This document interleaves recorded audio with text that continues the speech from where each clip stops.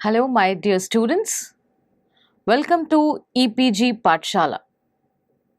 I am Professor Geeta Bansal from Punjab University, Chandigarh. Today, we're going to talk on the module Leadership, its nature, its importance, and the various styles of leadership from the paper Organizational Behavior. After going through the lesson, you should be able to define the meaning of leadership. You should be able to understand the nature and characteristics of an effective leadership.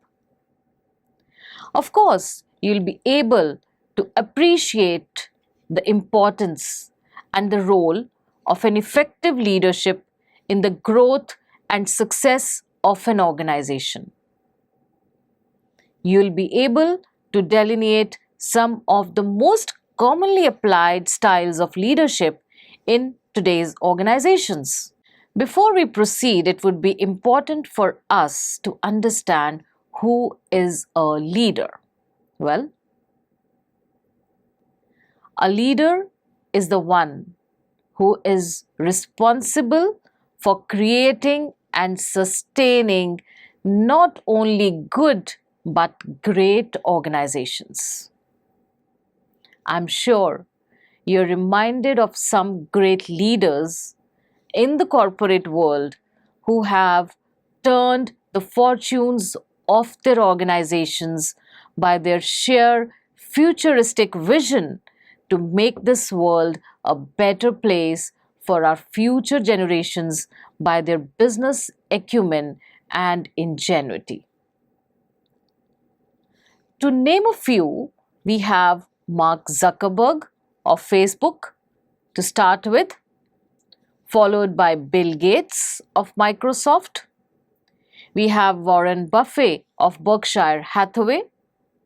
We have Jack Welch of General Motors.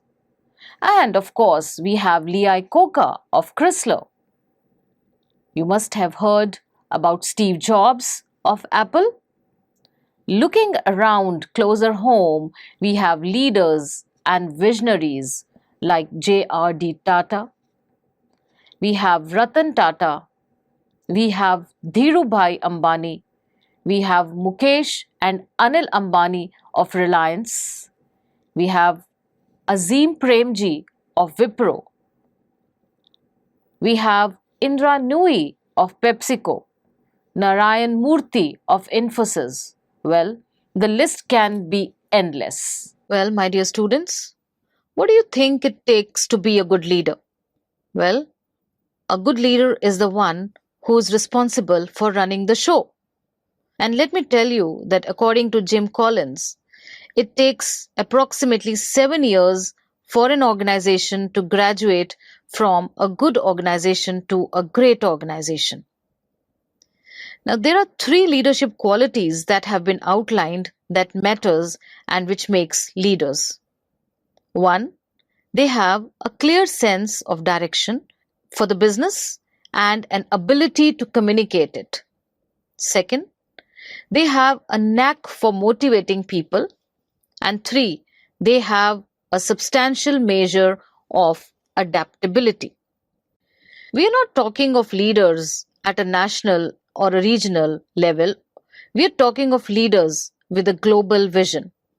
You have heard about Nelson Mandela, about Yasser Arafat, about Mahatma Gandhi, Jawaharlal Nehru, Rajiv Gandhi, B.R. Ambedkar, and from the corporate world, we know about Azim Premji, Ambani's, Tata's, Birla's, Nandan Nilekani, Sunil Mittal, Narayan Murthy, and Kiran Majumdar Shaw, to name a few. There are certain leaders who have carved a niche for themselves in the corporate world as well as in the political world. To name a few, the most prominent leader who comes to our mind whenever we talk of leadership is undoubtedly Mahatma Gandhi, of course, at the national level. Then we have another political leader like Barack Obama. Then we have a leader like Margaret Thatcher. In the corporate world, we have leaders like Warren Buffett, Bill Gates, Sunil Mittal, Indra Nooyi, and Azim Premji, and of course, Richard Branson, who have carved a niche for themselves by being leaders par excellence. Now, at this juncture, it would be pertinent to highlight the importance of good leadership for the organizations. The corporate world is replete with examples of exemplary leaders who have been instrumental in making their organizations what they are today. The following points highlight the importance of leadership. Well, leadership is a process of influencing the activities of an individual or a group towards the achievement of the predetermined goals. An effective leader motivates the subordinates for higher level of performance under all circumstances. Leadership promotes team spirit and teamwork, which is quite essential for the success of any organization. Leadership is an aid to authority. Leadership helps in the effective use of formal authority.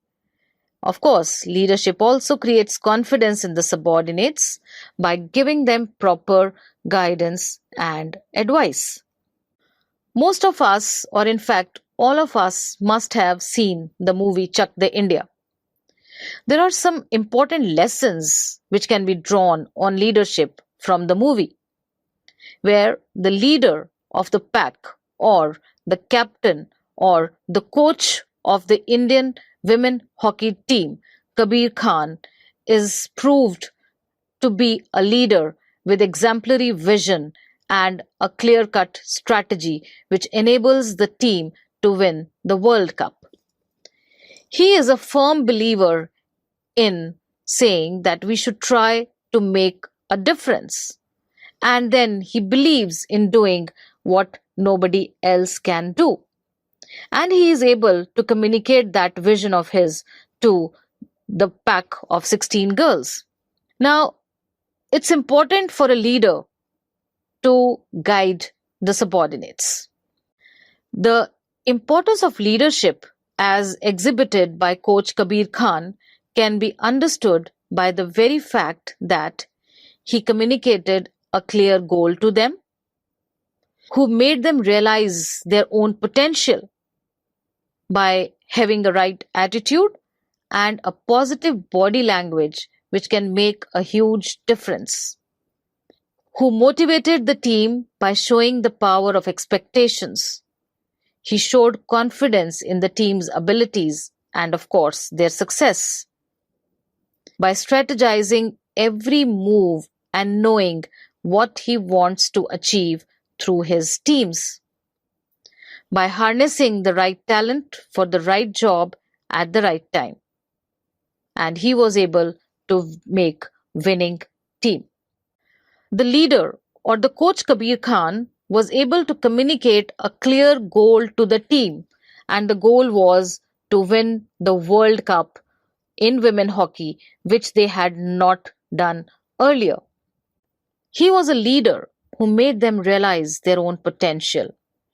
He told them time and again that जो नहीं हो सकता है वही तो करना है.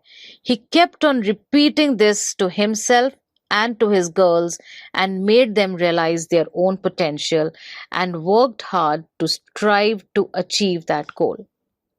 He exhibited a right attitude and a positive body language which made a huge difference to the girls.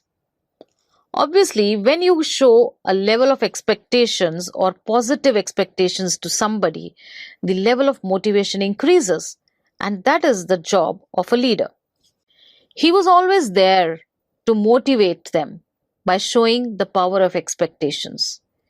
He exhibited a lot of confidence in the abilities of his team members, which eventually led to their success. He kept on saying that winners don't quit and quitters don't win. So it's very important that the leader keeps on motivating the team and keeps the morale of the team all times high, irrespective of whether the situation is tough or it's cool. A leader is the one who strategizes every move and knows what he wants to achieve through his teams. And above all, he is able to communicate that strategy to each and every team member who is then committed to achieve that goal through that strategy. A leader, as has already been discussed in level 5 leadership, he is able to harness the right talent for the right job at the right time. This is the most important aspect of being a leader, where he is able to identify the talent and motivate him to do the right things at the right time, at the right place. Winning teams cannot be built unless you have winning leaders. Not only leaders, but the ones who are exceeders. So if we see TEAMS, it stands for Together Everyone Achieves More. So this is an acronym for teams. Just like the movie Chuck the India, where the leader believes that success does not mean the absence of failure, it's about winning the war and not every battle. So, this is what the leaders are supposed to be doing when the organizations are in lurch or when they need exemplary leadership. Let me tell you, my dear students, about leadership in the new millennium. The leadership in the new millennium calls for the following characteristics to lead the organizations towards higher objectives and transcend them from good to great. Now, this would be possible only when the top management exhibits its genuine concern for the development of its people who are at the core of the very existence of the organization.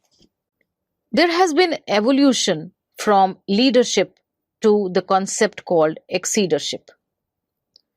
Stephen Burr, who is the HR head of GSK, says that the fast growing international environment is giving way to a new concept called exceedership, which entails embedding the desire to surpass the targets into the business mindset and performance.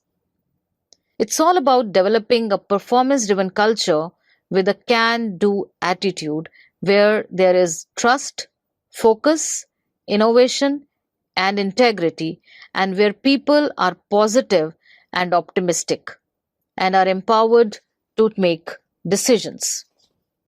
So now the organizations are not looking for managers, they are not looking even for leaders. They are looking for exceeders. That is, the people who, apart from being managing and directing the teams, are able to take that extra step and become exceeders when it comes to contributing towards the organizational goals. The current and the future paradigm for top leadership has also assumed newer dimensions. It calls for being a leader in whatever sphere you are, being a coach and a facilitator. It calls for empowering people around you. It calls for distributing leadership. And last but not the least, it calls for aligning with vision and strategy. So, this is what the new paradigm for leadership is all about. In addition, the point which we have already discussed is with regard to exceedership. Now, exceedership means the drive to go well beyond the agreed targets.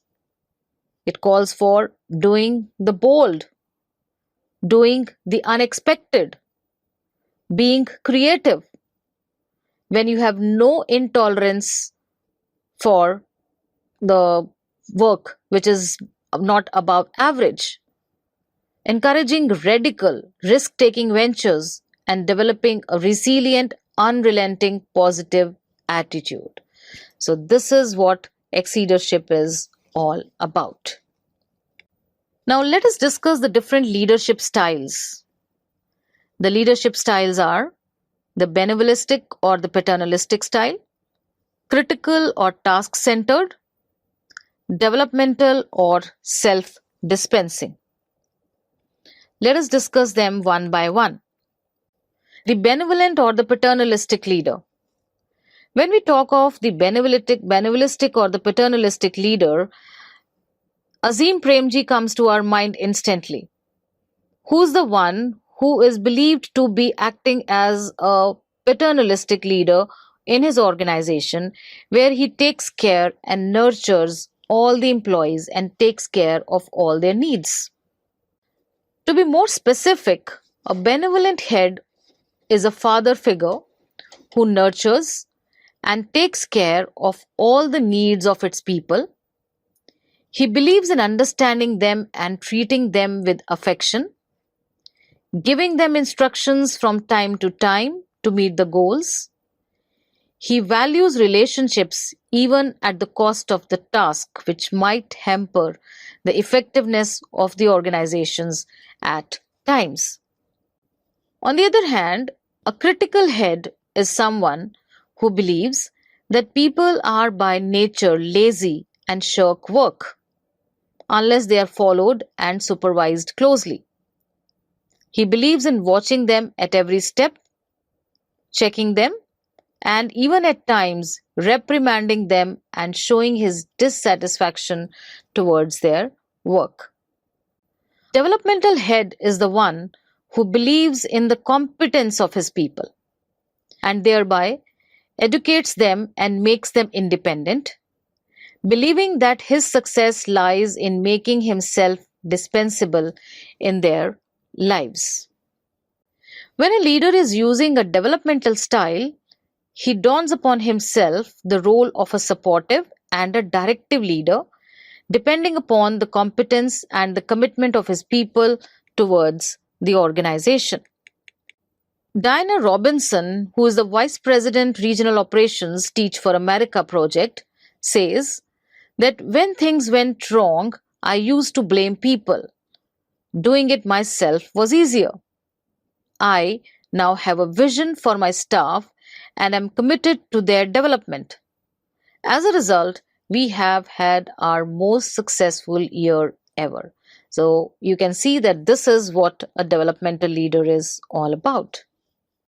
Leadership behaviors.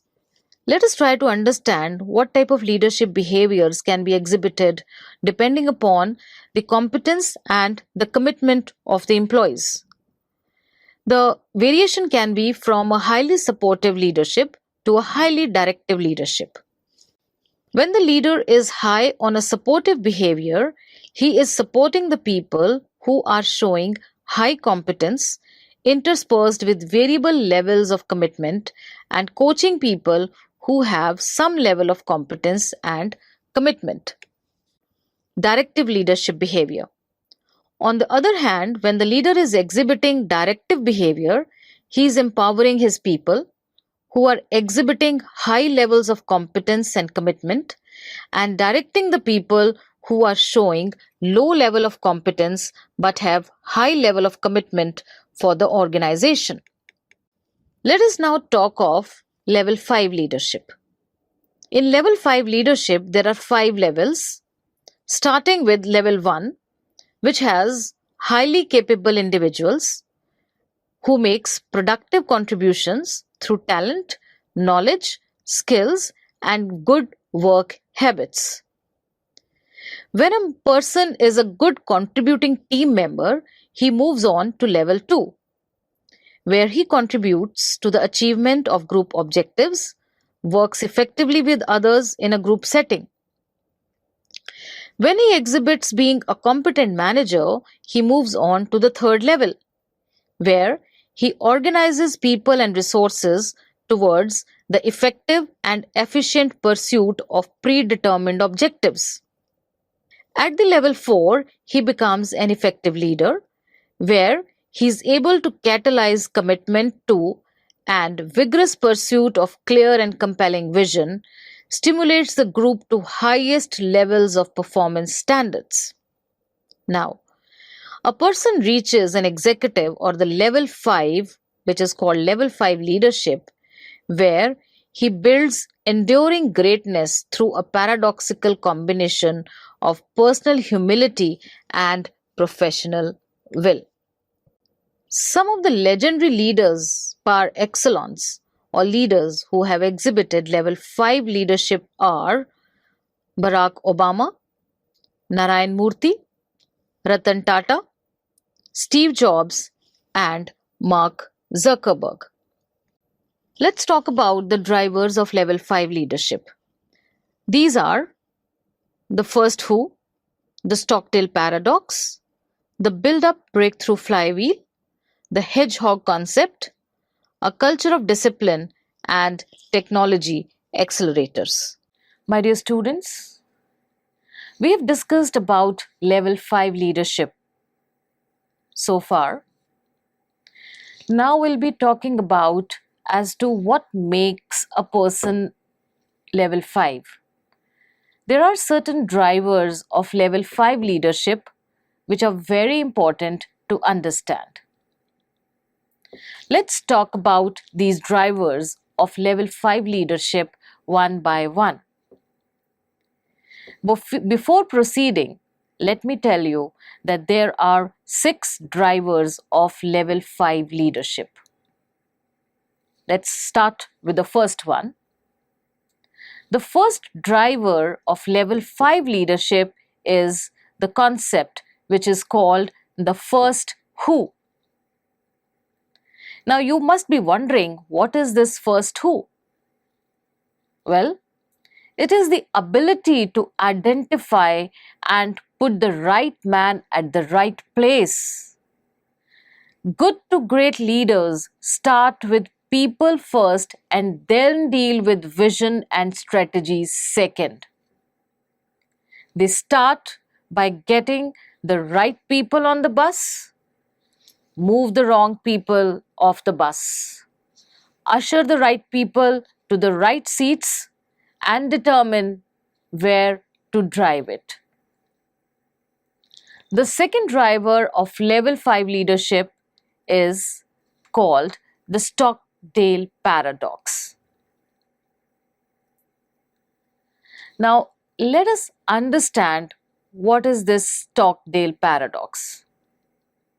Well, my dear students, it is the ability to sustain through the toughest times by holding on to your beliefs. This concept has been named after Admiral James Stockdale, who is the winner of the Medal of Honor, who survived for 7 years in a Vietnamese Congress prisoners of war camp by hanging on to 2 contradictory beliefs. One, his life could not be worse at the moment. And 2, his life would someday be better than ever. Believe me, my dear students, good to great leaders confront the most brutal facts of the current reality, yet simultaneously they maintain absolute faith that they will prevail in the end.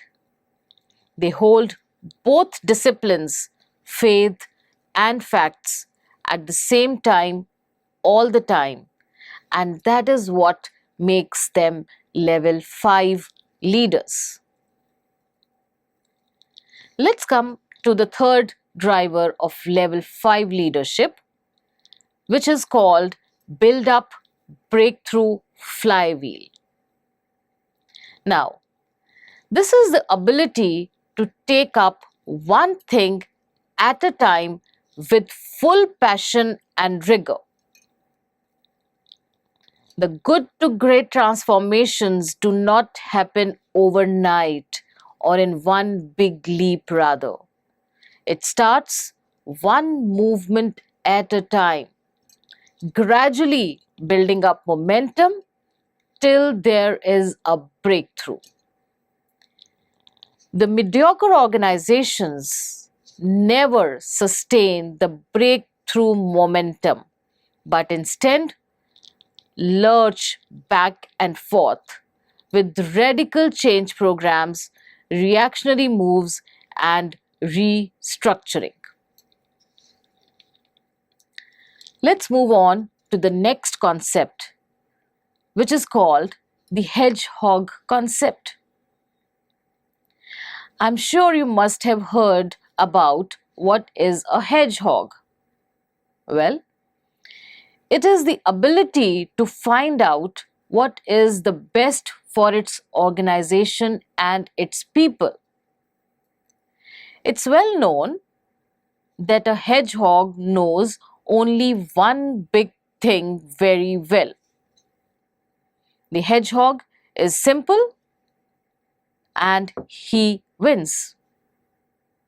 He knows what best ignites the passion of its people and he continuously works towards it. It knows the competitive and core strengths of its organization and helps it in achieving its goals through people, and it knows very well what is the best for the organization in both monetary and non-monetary terms. Then, another important driver of level 5 leadership is that they are technology accelerators. Now, this is the ability to take the right decisions with regard to the adoption of new technology. The good to great organizations have a paradoxical relationship with technology. On the one hand, they avoid jumping on new technology bandwagon. On the other hand, they pioneer the application of carefully selected technologies, making bold, far-sighted investments directly linked to their hedgehog concept. Last but not the least, level 5 leaders are very particular when it comes to discipline. They ensure that their organizational culture is a truly disciplined culture. They want to inculcate a culture of discipline in the organization.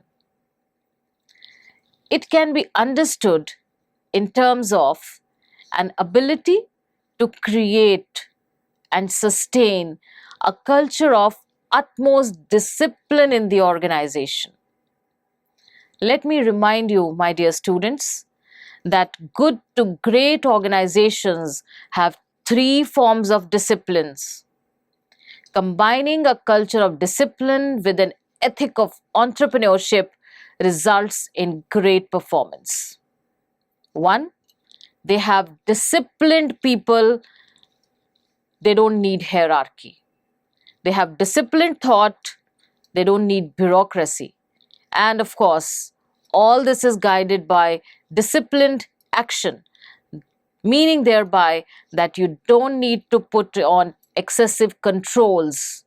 So, a culture of discipline is very important when it comes to as a major driver of level 5 leadership. Level 5 leadership and their role in succession planning is very important. The role of transformational leaders and level 5 leaders in organizations is amply manifested in their earnest efforts to succession planning for the organizations, which is one of the highly significant endeavors by the top management. As we have already seen that Bill Gates chose Satya Nadella as his successor, who was a level 5 leader. Again, when it comes to succession planning, we have seen that level 5 leaders are very particular while choosing their successors. Like Ratan Tata chose Cyrus Mistry, Jack Welch chose Jim McNerney as his successor. All right, my dear students, shall we now recall what we have learnt in this module? To begin with, leadership has been understood as a phenomena which is responsible for transforming the good organizations into great organizations. 1. The most effective leaders have a clear sense of mission, vision, and direction for the business, and they have an uncanny ability to communicate it to their followers. They also have an incredible knack for motivating and inspiring people in the organization by being a role model themselves, by walking the talk, and have a tremendous measure of adaptability. As we have learnt in the lesson, the corporate world is replete with examples of leaders who have been instrumental in making their organizations what they are today. A concept of exceedership has been explained in detail, which entails embedding the desire to surpass the targets into the business mindset and performance. Exceedership in business is all about developing a performance-driven culture with a can-do attitude where there is trust, focus, innovation, and integrity, and where people are positive and optimistic, and they are empowered to make decisions. We have also discussed 4 leadership styles in the lessons. One is the benevolent leadership, where the head is like a father figure who nurtures and takes care of all the needs of its people. Then we have a critical or a task-centered head who is someone who believes that people are by nature lazy and shirk work. We can say that he believes in theory X and feels that unless people are followed and supervised closely, they will not work. On the other hand, we have a developmental head, who's the one who believes in the competence of his people, thereby reassuring our faith in theory Y. And he thereby believes in educating them and making them more independent. Then we have also discussed level 5 leadership style, where the leader blends genuine personal humanity with intense professional will. Thank you.